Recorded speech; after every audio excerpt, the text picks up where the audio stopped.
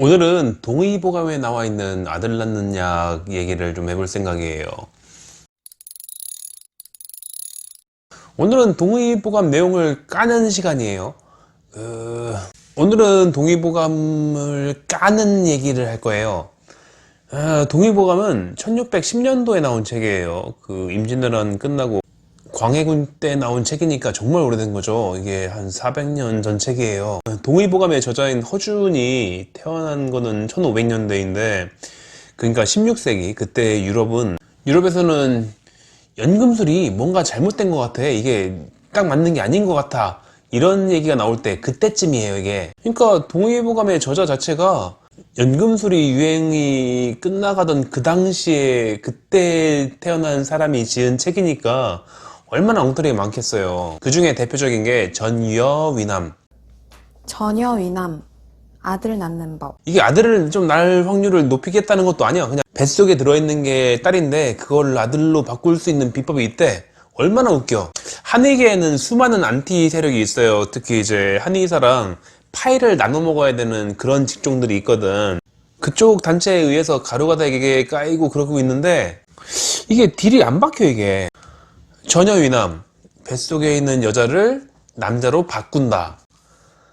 이게 재밌죠, 내용이. 전 이렇게 호기심이 좀 가는 그런 내용들은 그냥 넘어가지 않는 타입인데, 이게 되게 재밌잖아요, 내용이. 이게 동의보감에 있는 다른 내용들은 정말 이제 의학이랑 관련돼 있는 내용들이잖아요. 이게 제대로 의학에 대한 내용들을 다루는 것들은 이게 시험 범위에 속해. 시험 봐야 할 때, 그리고 국가고시에도 나와. 그러니까 따분하고 질리고 이런 내용들이야. 그리고 시험도 봐야 되는 거고. 그런 시험 범위들 틈 사이에 이런 거 재밌는 거 한 칸 같은 것들이 있으니까 이런 것들을 안 보고 넘어갈 수가 없지. 동의보감에 이런 거 되게 많아요. 16세기에 살던 사람이 쓴 글인데 웃긴 게 얼마나 많겠어. 동의보감에 있는 뭐 음경 짧아지는 법 그런 거 알려줄까? 미쳤어?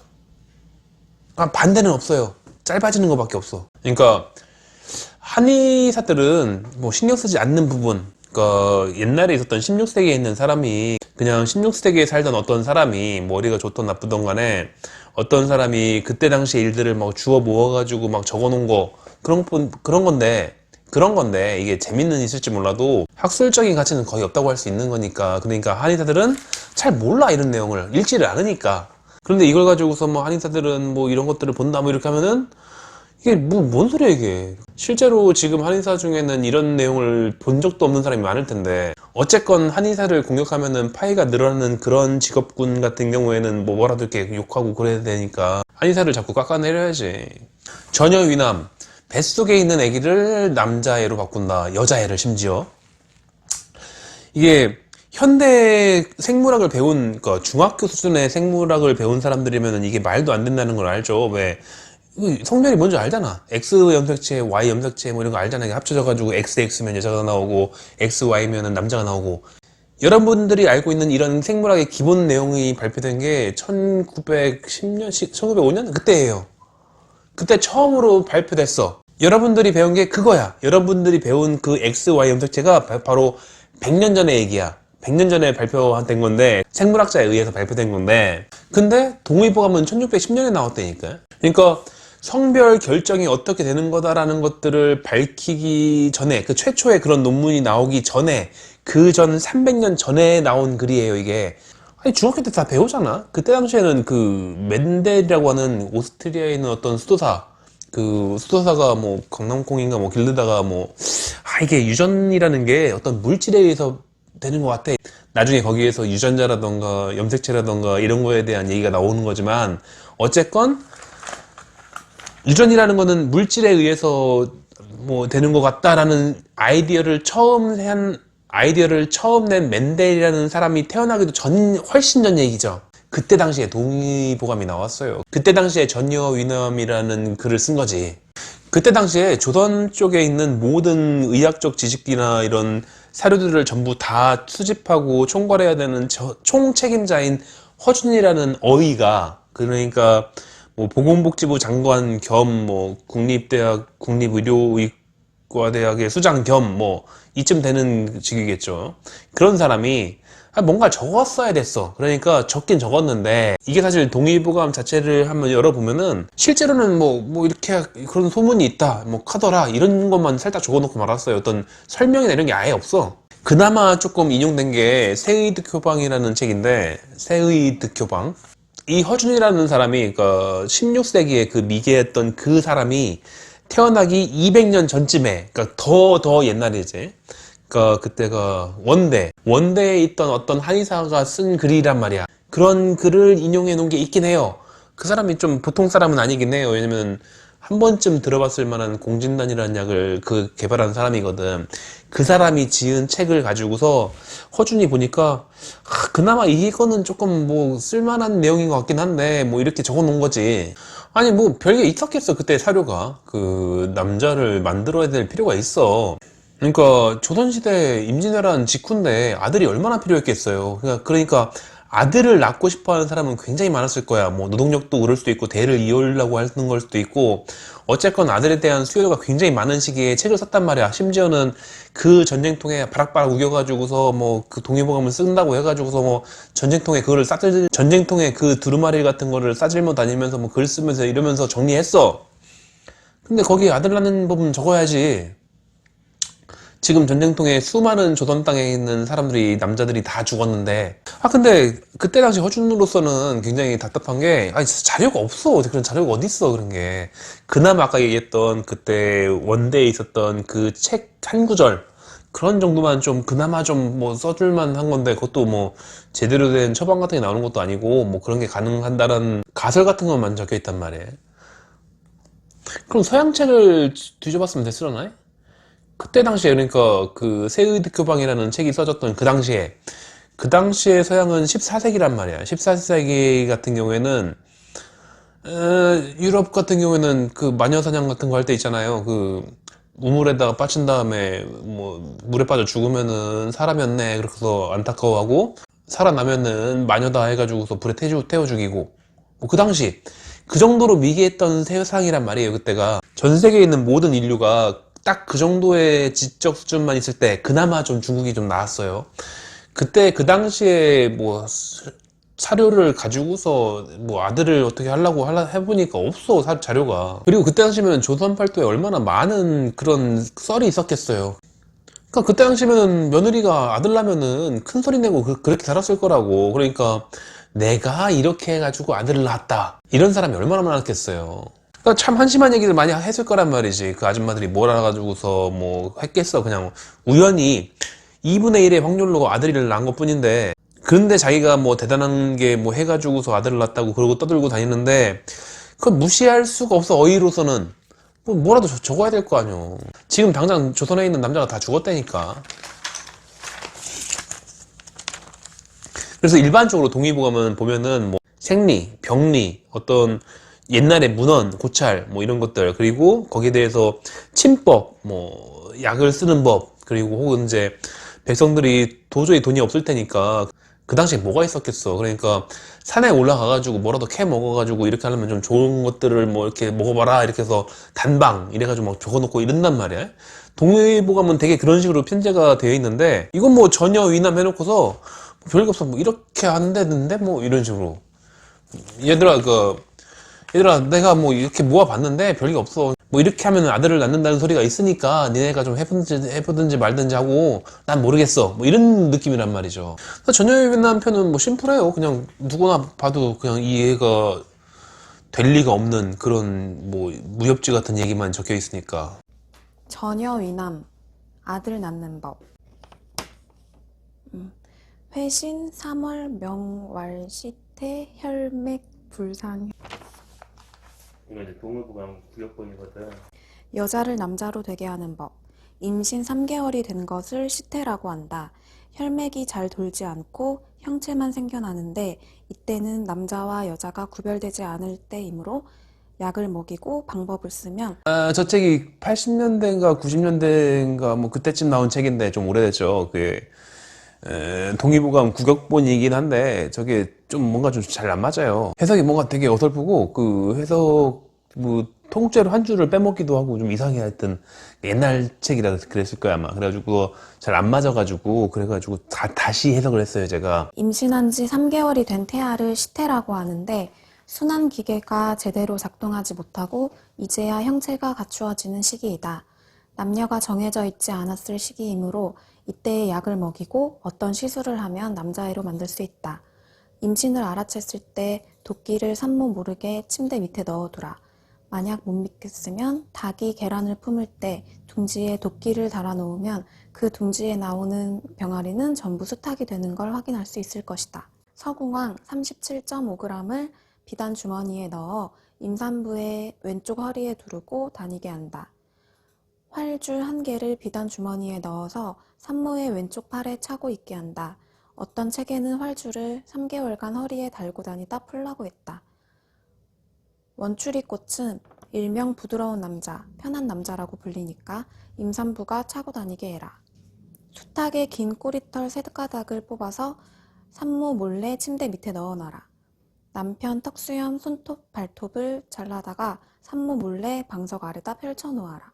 원전 해석은 정말 오랜만에 해보는 거라 뭐 그냥 대충 뭐 그냥 의역을 해가지고 일반인들도 알아볼 수 있게끔 하는 것 정도니까 그래도 저 책에 있는 구격본보다는 나았을 것 같아. 임신한 지 3개월이 된 태아를 시태라고 하는데 순환 기계가 제대로 작동하지 못하고 이제야 형체가 갖추어지는 시기이다.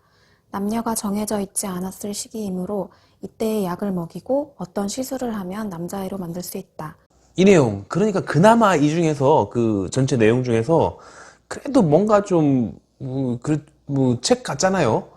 나머지는 뭐 아이씨 이게 암만 옛날이라고 하더라도 이거 믿는 사람이 있었을까? 어쨌건 이 세의득효방이라고 써있는 이 책이 그래도 뭐 14세기 때쯤에는 그러니까 그쪽 유럽 동네에서는 뭐 흑사병 걸리고 막 그 수은 들이키고 이럴 때 유럽에서는 흑사병에 사람들 다 죽어나가고 있고 뭐 그거 고치겠다고 수은 들이키고 있고 뭐 그럴 때 그때 그나마 좀 상식적으로 그 당시에서는 제일 좀 문명화돼 있던 그 사람이 쓴 책이란 말이야. 이 사람은 저도 뭐라고 말을 할 수가 없어요. 그 제가 지금도 처방하고 있는 공진단을 만들어낸 그 사람인데 뭐 대단하지. 뭐 그래도 염색체가 발견되기 600년 전 사람인데 그 염색체라는 게 처음 발견되기 600년 전에 사람이 해놓을 수 있는 상상이나 가설 정도를 적어놓은 것 뿐이겠죠. 임신한 지 3개월이 된 태아를 시태라고 하는데 순환 기계가 제대로 작동하지 못하고 이제야 형체가 갖추어지는 시기이다.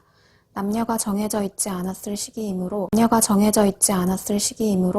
임신한 다음에 3개월은 지나야지 성별 구별이 된다. 그때 염색체가 뭔지 알아? 아마도 여러 경과를 봤을 때, 사태를 봤을 때, 그러니까 죽은 태아를 많이 봤을 때 3개월 전에 있었던 태아들은 꼬추가 안 보였나 보지. 아, 보니까 그 지금까지 수없이 많은 사태, 죽은 태아를 봤더니 그 중에서 3개월이 지나기 전에 있는 애들은 꼬추가 없는 것 같더라. 그러니까 3개월이 지나면은 그때는 성별이 결정되는 거야. 그 전까지는 아니야. 아무리 14세기 때 그 무지한 시대라고 할지라도 날짜를 셀 수 있으면은 사람은 10개월 동안 뱃속에서 아기를 키운다는 것도 알고 있고 3개월이 지난 다음에는 이미 꼬추가 생긴다는 것도 알고 있고 3개월 전에 죽은 태아들은 꼬추가 없으니까 그때는 남녀에 대한 구별이 없나 보다. 그러니까 만약에 성별을 바꿔야 될 필요가 있고 거기에 대해서 뭔가를 할 수만 있다면 그렇다면 3개월 이전에 해야 돼. 임신한 지 3개월 되면은 꼬추가 생겼는데 그거를 다시 집어넣을 수 있는 게 아닐 테니까. 그러니까 어쨌건 뭔가를 하려면 3개월 이전에 해야 된다. 그 내용은 허준이 봐도 그럴싸하지. 그치만 세의득효가방이라고 부르는 그 책에서 저자인 위영님은 그 정도까지의 가설만 세울 수 있는 거죠. 그러니까 뭘 하려면은 3개월 이전에 뭐 약을 쓴다든지 아니면은 뭔가 뭐든 무슨 술수를 부리든 간에 뭐를 하려면은 3개월 이전에 하면 되겠다. 남녀가 정해져 있지 않았을 시기이므로 이때에 약을 먹이고 어떤 시술을 하면 남자애로 만들 수 있다. 그게 다야. 더 이상 알 수 있는 게 없지. 해본 것도 없고 해봤겠지. 근데 성공을 못했겠지. 그러니까 나는 여기까지만 알아낸 걸로 끝내고 그 다음으로 턴을 넘기겠다. 그걸 200년 후에 허준이라는 사람이 조선 땅에서 그 책을 보고서 이제 턴을 받았단 말이야. 근데 안 돼. 뭐 해봐도 안 된단 말이야. 그러니까 적어는 놓겠어. 야, 200년 전에 이런 말을 한 사람이 있었는데 앞뒤가 맞는 것 같아. 나도 이제 수많은 사태를 봤는데, 죽은 태아들을 봤었는데, 딱 일리 있어. 일리는 있어. 근데 뭔진 모르겠어. 그러니까 적어는 놓게. 그래서 이런 책이 있다고 소개를 해놨어요. 근데 그 밑에 보면 되게 깝깝한 소리 적혀 있죠. 임신을 알아챘을 때 도끼를 산모 모르게 침대 밑에 넣어두라. 만약 못 믿겠으면 닭이 계란을 품을 때 둥지에 도끼를 달아 놓으면 그 둥지에 나오는 병아리는 전부 수탉이 되는 걸 확인할 수 있을 것이다. 닭장 밑에다가 뭐 도끼가 어쩌고, 나도 들은 것 같아. 나도 어렸을 때, 어렸을 때 아니고 대학생 때쯤이나 고등학생 부부 합궁을 할 때 뭐 부인의 베개 밑에다가 은도끼였던 것 같아. 은도끼를 갖다 놓으면은 그 아들 영혼들은 그냥 들어오는데 딸 영혼들은 무서워가지고 못 들어온대. 그러니까 딸은 생길 수가 없대.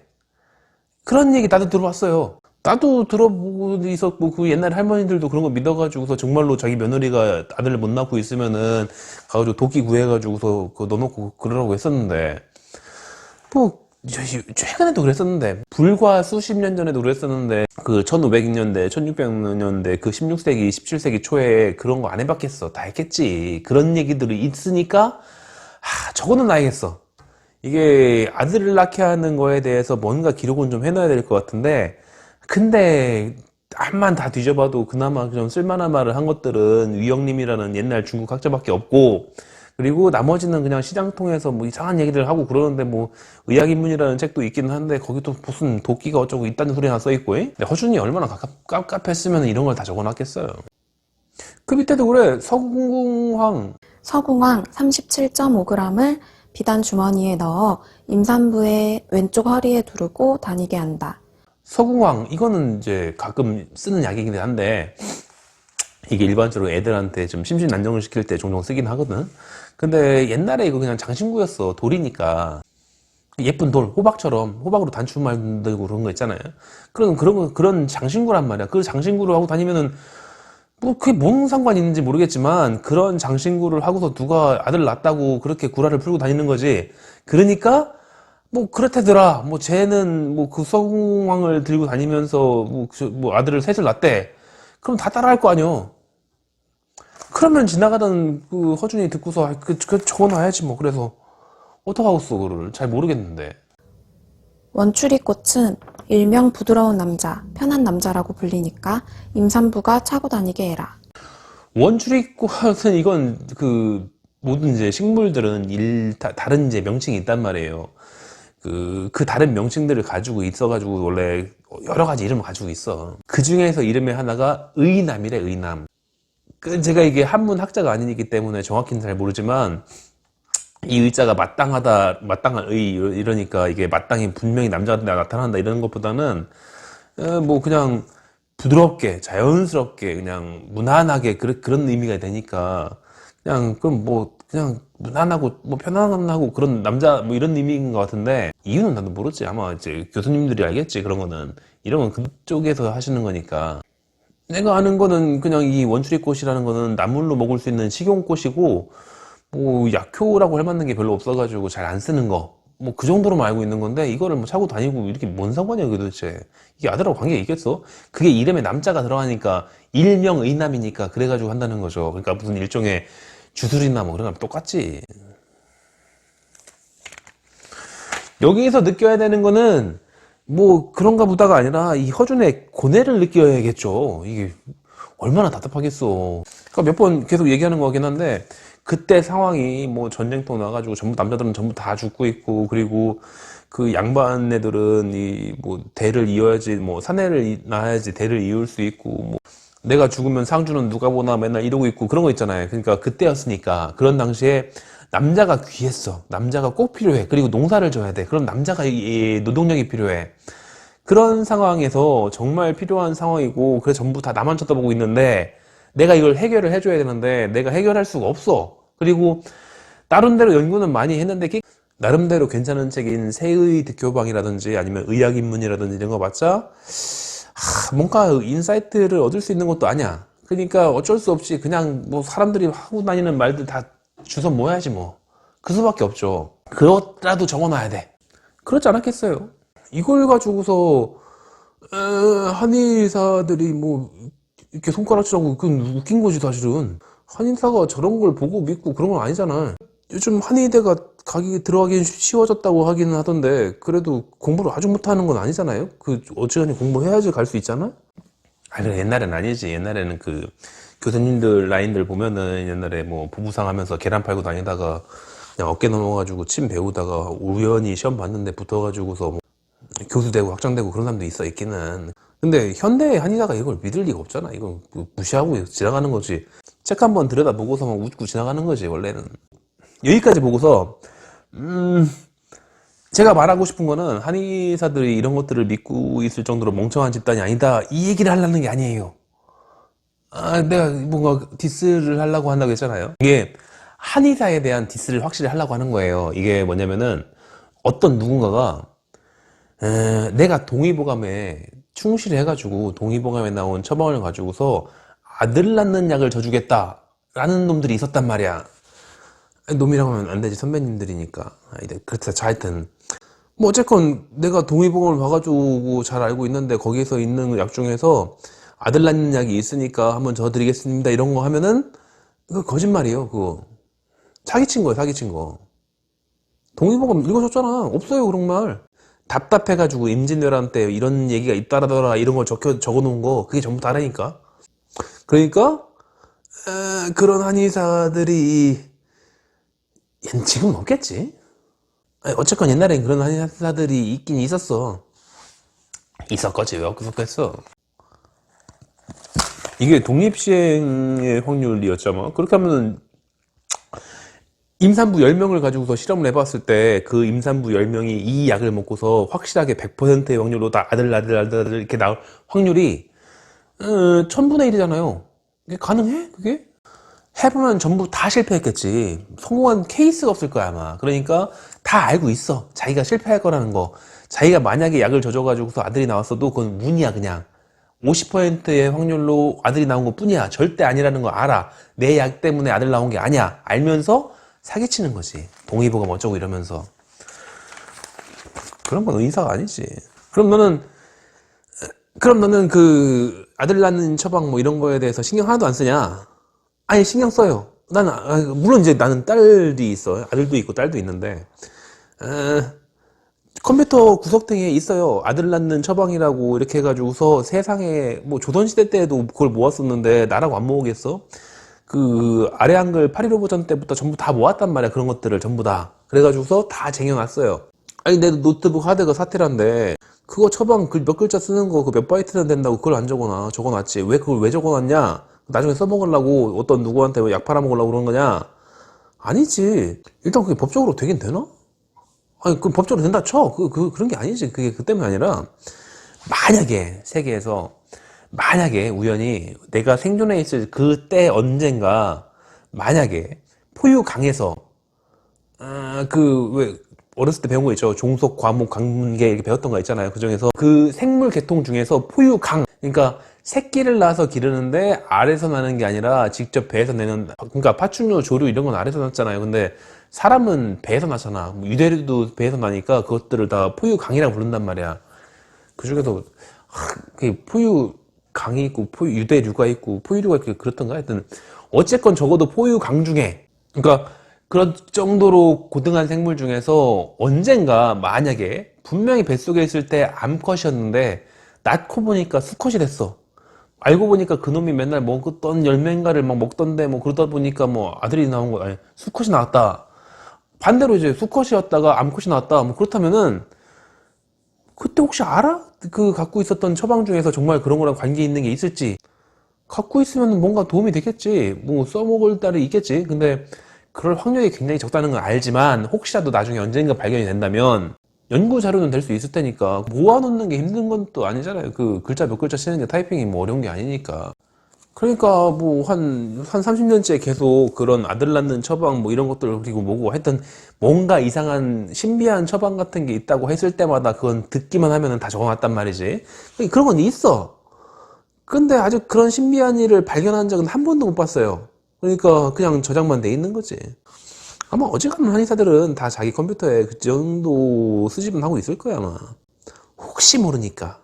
정말 나쁜 거는 한의학은 좀 이해하기가 좀 어려운 말들이 많잖아. 그러니까 뭔가 좀 신기할 것 같아. 그러니까 신비한 게 있으니까 전혀 상상도 할 수 없고 말도 안 되는 것들을 해낼 수 있을 것 같긴 한 그런 느낌이 있단 말이죠. 그거를 마케팅 기법으로 사용하는 한의사들도 있었어요, 분명히. 이게 지금은 옛날처럼 뭐 출산율이 0.8 뭐 이런 게 아니라 뭐 둘 만나 잘 기르자, 뭐 셋 만나 잘 기르자 뭐 이럴 때였거든. 그때 둘 셋을 왜 낳겠어요? 전부 다 아들 낳으려고. 딸 아들 얼마나 많아. 오남매의 막내 아들 이런 거 되게 많아요. 뭐 별짓을 다 해. 뭐 아들 보기 위해서 뭐 셋째 딸은 아들 이름으로 줘야지, 그래야지 뭐 아들 영혼이 와서 뭐 남자 동생을 못 내나 해가지고서 셋째 딸 이름이 철수야 뭐 그런 경우 많다니까. 아니, 딸내미 인생이 뭐가 중요해. 아들 낳을 수 있으면 되는 거지. 딸내미 인생은 뭐 그런 걸로 다 희생하는 거지. 그 가정의 대를 잇기 위해서. 그런 때 한의사가 사기를 칠 수 있었지. 신비한 게 있는 줄 아니까. 신비한 거 하나도 없거든. 근데 그렇게 신비한 걸 원하는 사람들이 많이 있을 때, 그때 그 당시에 한의사 누군가 한 명이 딱 나타나가지고 내가 공부를 너무 많이 해가지고 동의보감을 샅샅이 전부 다 봤더니 동의보감에 그 아들 낳는 그 비방이 있었어. 그래가지고 내가 그 비방으로 아들 낳는 약을 줘줄게. 이런 선배가 있었지. 이게 정말 꽤 괜찮은 마케팅이거든. 마케팅 기법 중에서 꽤 재밌는 거야 이게. 어쨌건 50%의 확률로 성공을 하고 50%는 실패를 할 거야. 근데 뭐 어차피 맨날 딸 만났던 여자들은 이걸로는 안 되나 보다 하고서 실패하면은 그냥 그러려니 하고 그냥 가버려. 근데 딸 만났던 사람들이 5명이 아들을 쭉 낳았다. 그 확률이 그렇게 있잖아요. 그럼 그 아들을 낳은 5명이 대단한 한의사를 만났다고 해가지고서 막 잔치하고 그 다음에 친구들한테 알리고 뭐 맘카페, 그때는 맘카페가 없었지. 그 뭐 시장 가가지고서 친구들한테 막 알려주고 뭐 이래서 뭐 같이 손잡고 오고 뭐 옆집에 있는 딸딸이 엄마 손잡고 오고 이럴 거란 말이야. 그러니까 뭐 한 사람당 5명씩 데려와. 그러면은 처음에 10명으로 시작했는데 이제 5명 데려왔으니까 25명이 오는 거지 이제. 그 25명 중에서 12명은 성공할 거 아니에요. 그러니까 그 또 12명은 또 5명씩 데려와서 60명이 되는 거고, 그 60명 중에 반 30명이 성공하고 30명이 또 5명씩 데려오고 150 이렇게 되는 거죠. 이런 굉장히 재밌는 마케팅을 한 거지. 참 못된 놈들이지. 한의사가 뭐 이상한 뭐 무협지 이런 거 하는 건 줄 알았더니 그게 아니라 사기꾼이네. 이런 식의 마케팅은 동서고금을 막론하고 언제나 사용되고 있어요. 임진왜란 직후에는 아들이 필요했겠죠. 근데 지금 현재는 어때요? 현재는 아들이 필요한 게 아니라 키 큰 아들이 필요하죠. 키 작으면 루저라며. 어디요? 경기도 어디에 소아과인가 뭐 외과인가 뭐 어디 있는데 거기가 평택이었었나? 경기도 어디였긴 한데 어쨌건 참 재밌는 병원이 있었어. 이게 외과인지 뭐 소아과인지 기억은 안 나는데 오로지 입소문만 가지고서 마케팅을 하는 대단한 곳이야. 거기가 그때가 아마 맘카페 이런 게 없었을 거예요. 아마 있어도 지금처럼 악명 높고 그러진 않을 테고, 어쨌건 입소문만 가지고서 퍼져나가는 곳인데 거기가 대단한 마케팅을 하는 곳이에요. 성장판이 닫힌 애들, 그리고 성장이 완전히 1년 이상 정지되어 있는 애들, 걔들 데리고 오라고. 50%의 확률로 확실하게 키 크게 해주겠다고. 말이 이상하지. 50% 확률로 키 확실히 뭐죠. 어쨌건 50%의 확률인데 전 세계 모든 의사건 한의사건 뭐건 전부 다 손들고 이제 이건 절대로 더 이상 키 클 수 없습니다. 뭐 자연스럽게 뭐 모르겠는데 어쨌건 얘를 가지고서 키를 큰다라는 말을 할 수 있을 정도로까지 키우는 게 불가능합니다라고 하지만 거기는 된대. 거기는 할 수 있대.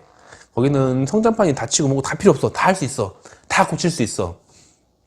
키를 키울 수 있어. 이 원장이 특수 개발한 그 주사만 맞으면은 한 달에 한 번씩만 맞으면 돼. 그래서 딱 2년만 맞추라고 해. 그러면 키 커. 그런 데가 있었어요. 그러니까 뭐 성장판 다치고 2차 성장이 오고 키 성장 조금도 안 되고 있고 뭐 그런 애들 뭐 가야지. 그 뭐 한 달에 뭐 주사 한 대 100만 원씩 해가지고서 2년 동안 맞춰봐야 2,400만 원밖에 더 돼요. 2,400만 원을 가지고서 우리 아들의 키를 50%의 확률로 크게 해줄 수 있다는데 뭐 도대체 여기서는 뭐 계산이 필요가 없죠. 50%란 말을 해버리는 순간에 계산이 말이 의미가 없는 거예요. 그러니까 되든가 말든가 둘 중에 하나라는 얘기니까. 얼만큼 큰다는 얘기도 없어. 어쨌건 키울 수 있대.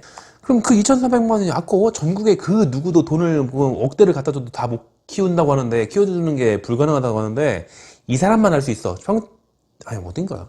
어쨌건 그 원장만 할 수 있다. 그 의사만. 전 세계에 유일하게 그 의사만 키울 수 있는 그런 뭐 비법이 있대. 그럼 해봐야지. 뭐 어떻게든 뭐 키 작아가지고 애가 뭐 마음에 상처를 입고 뭐 자존감이 떨어지고 뭐 할 거 아니야. 그니까 할 거 아니야. 2,400만 원 빚내서 할 거 아니에요? 뭐 그딴 소리는 원래 뭐 관종 유튜버나 아니면 블로거라든지 아니면은 뭐 홍삼 파는 아줌마라든지 건강기능식품 판매자라든가 뭐 그런 아줌마들이 뭐 해주고 뭐 그럴 만한 내용인데 이거를 의사가 당당하게 떳떳하게 말하고 있으니까 이게 이제 말빨이 좀 들지. 과학적이잖아. 퍼센티지도 얘기하고 2년 후에 재보니까 뭐 안 컸어. 그럼 어쩌고 원래 50% 확률로 안 클 수도 있다고 했잖아. 근데 이게 가끔 고등학교 때 갑자기 미친 듯이 키를 큰 애들이 있어요. 말도 안 되는 속도로. 이제 모든 걸 다 포기하고 있는 애인데, 제 친구도 그런 애가 있었어요. 분명히 내가 걔를 마지막 봤을 때는 160으로 맨날 땅꼬마라고 놀리고 그런 애가 있었어. 그런데 1년 후쯤에 보니까 갑자기 애가 버스에서 만났는데, 그 버스가 비포장도로를 걸릴 때 이렇게 덜컹덜컹 할 때마다 머리를 쿵쿵 쳐, 이게. 키가 하도 커가지고. 말이 안 되잖아요. 그 1년 사이에 거의 뭐 30cm 컸나? 뭐 병이 있었나 걔가? 30cm까지는 아니었을까 아마. 그래서 어쨌건 미친 듯이 컸어. 만약에 걔가 뭐 그런 주사를 맞고서 컸다 쳐봐요. 명이 난 거야 아주. 신이야 신. 그때는. 그러니까 뭐 실패를 하더라도 어쩔 수 없는 거 50% 확률이었으니까.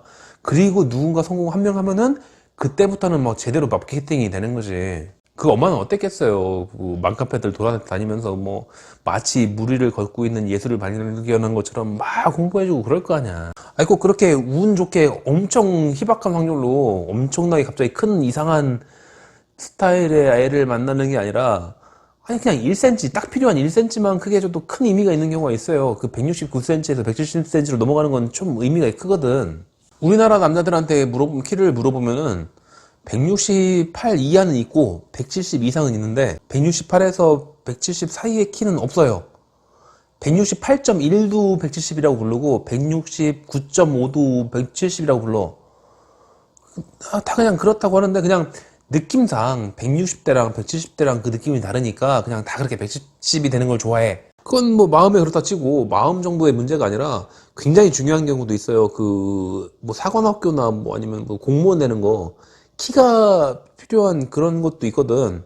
내가 딱 1cm가 모자라. 근데 어쨌건 1cm를 어떻게든 뭐 1cm만 크면은 응시할 수 있는데 그 1cm가 안 돼가지고 응시 자격이 안 돼. 그런데 거기서 혹시나 싶어가지고서 공부는 공부대로 하면서 혹시나 싶어가지고 그 주사를 맞아가지고서 했는데 그새 또 응시하는 사이에 그나마 어떻게 운 좋게 1cm가 컸어. 그럼 완전히 은혜를 입은 거지. 인생이 바뀌었잖아. 인생과 그 직업이 바뀌는 거잖아. 그 공부는 자기가 열심히 해서 될 수 있는 거지만 키는 어쩔 수 없이 그냥 포기하고 있었던 건데 근데 됐어. 아니 되게 만들어졌어. 되게 만들어졌는지 어쩐지 모르겠지만 하여간 됐어. 2,400만 원 그 드린 게 문제가 안 되니까. 그러니까 거기 그 병원 얼마나 잘 됐겠어요. 그 전국에 있는 키 160대 아들을 들고 있는 모든 엄마들이 전부 다 달려갔어 거기를. 그러니까 그 사회에 수요가 존재하는 서비스 영역에 있으면은 누구든지 간에 덤벼요. 그 옛날에 그때 그 조던시 때부터 시작해가지고서 뭐 최근 불과 한 10, 20년 전까지 그때까지만 하더라도 아들이 필요했었어. 왠지는 모르겠어. 지금은 노동력이 필요한 것도 아닌데 어쨌건 아들이 필요했어. 옛날에는. 옛날에가 아니고 하여튼 내 세대 때만 해도 남존여비 같은 게 있었고 뭐 남녀 차별이 있었어요.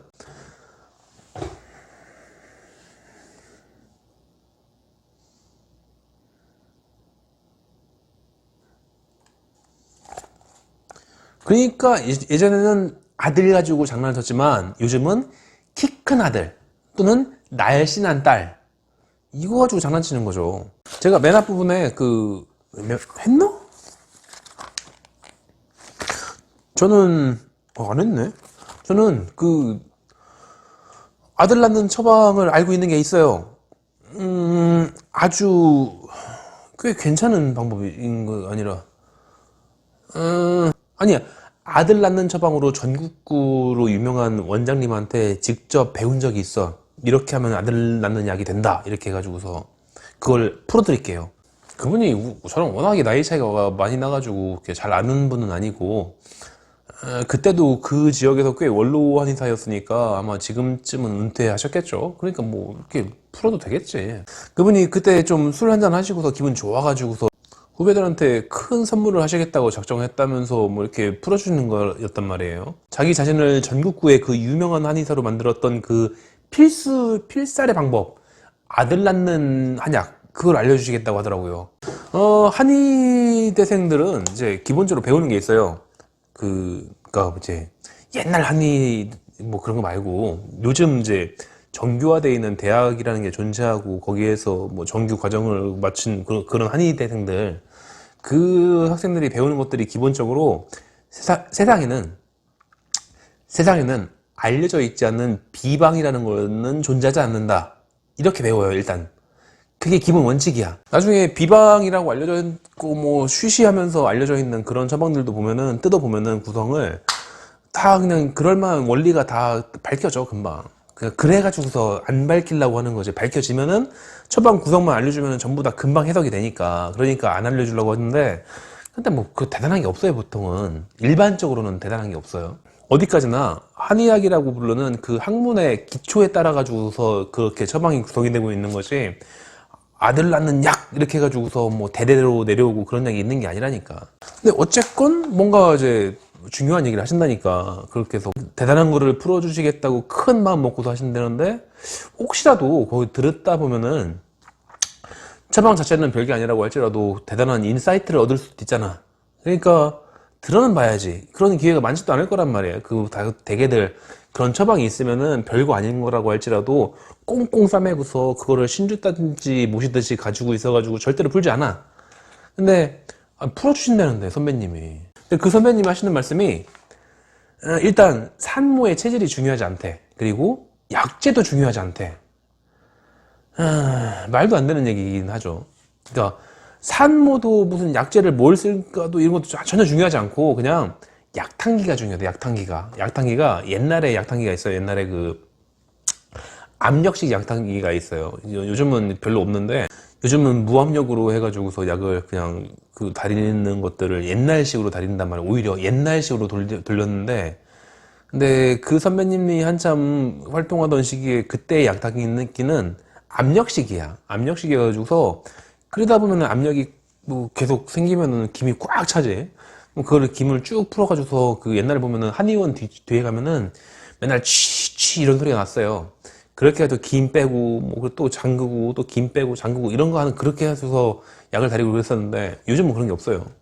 그러니까 근데 그거를 다리면 어떻게 되면은 너무 오랫동안 다리면은 약이 찐득찐득해져.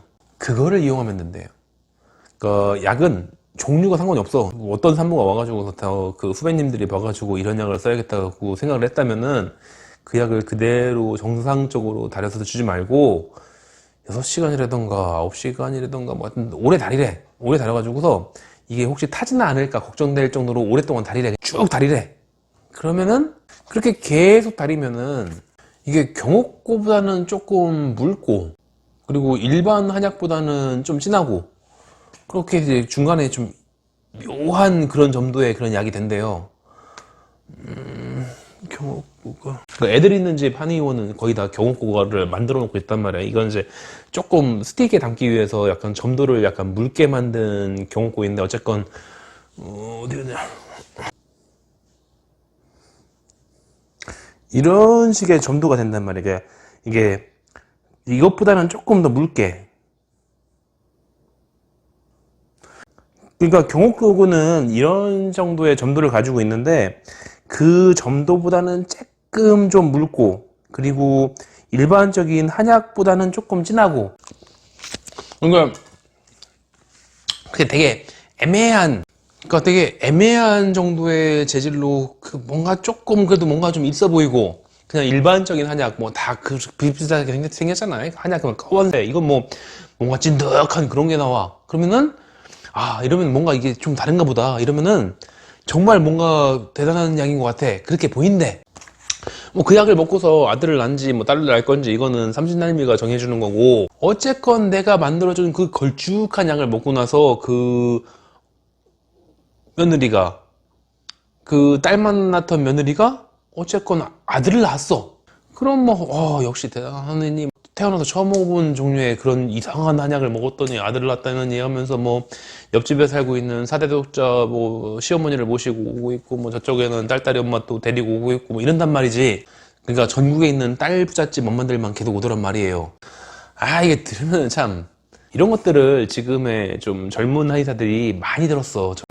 많이 듣고 자랐어요. 저런 선배는 절대 되지 말아야지라고 하면서 이제 자라는 거죠. 그러니까 뭐 욕먹어도 할 말이 없어. 우리 선배들이 그렇게 했으니까.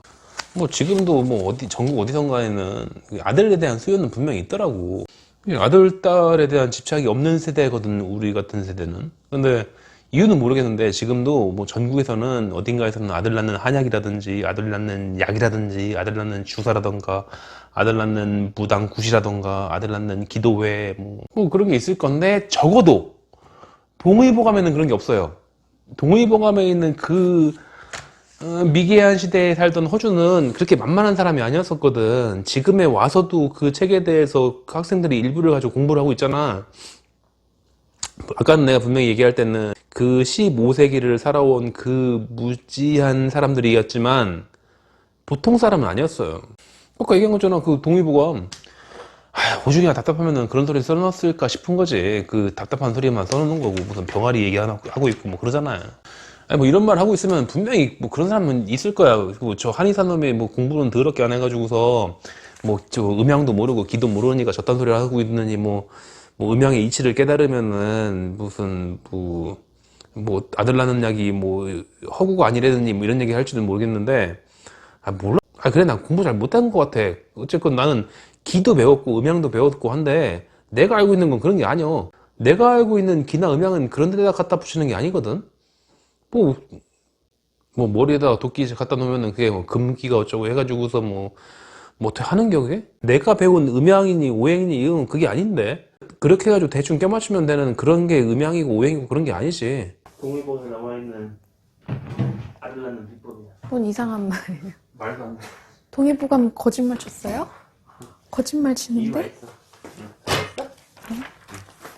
틀려서? 동의보감이 소설이에요?